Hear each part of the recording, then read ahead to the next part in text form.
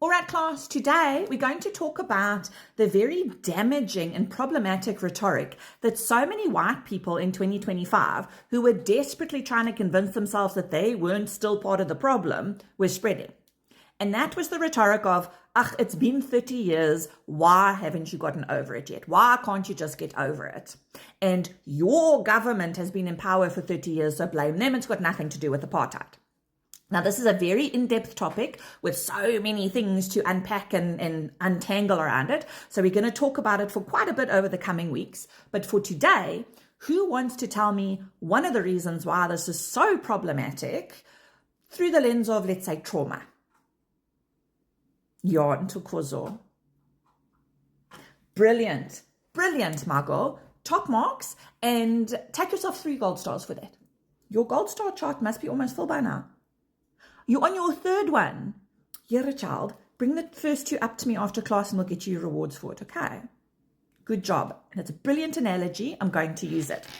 When we look at a child who has been through ongoing trauma, ongoing abuse in their childhood, that trauma physically changes the brain.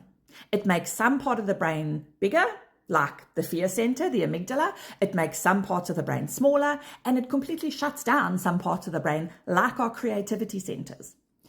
So that change to the brain impacts everything, right? Impacts absolutely everything for that individual. And for most people with that childhood trauma, it's going to take them the rest of their lives to do that work, to change it, right? To change the brain back and to heal from that trauma.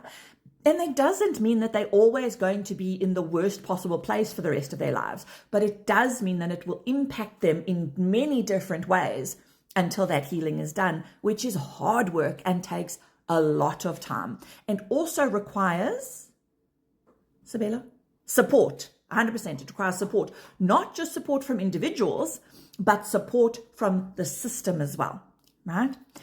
Now, how much chance do you think that child has of starting to heal that if they're still living in the same house with the people who are abusing them, and that abuse is either ongoing or has shifted and changed and it's different, or there's still the threat of that abuse?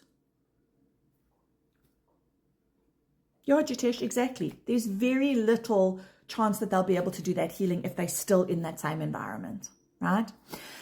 And it's exactly the same with a collective trauma like apartheid, okay?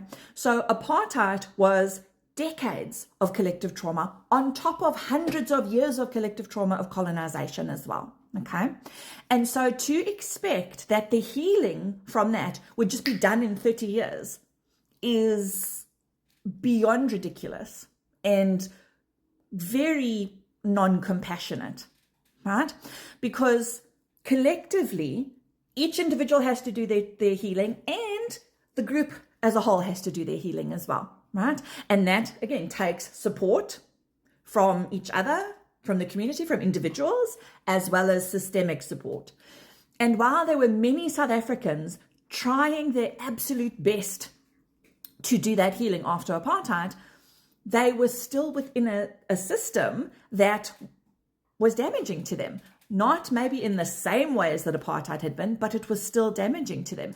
And they were still living collectively with some of the people who had been their abusers, right? Which added another layer to the difficulty of that healing. Not that they weren't capable, because they really, truly were, but it just made it difficult and was going to take more time, right?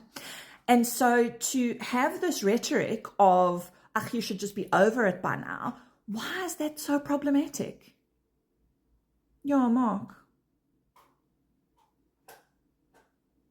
Yes, you're right.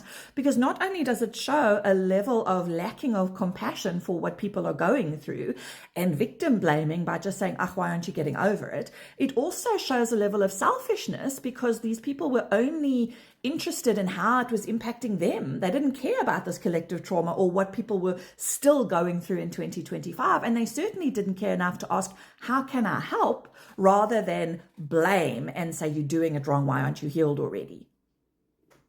Is that all you have to say, Mark?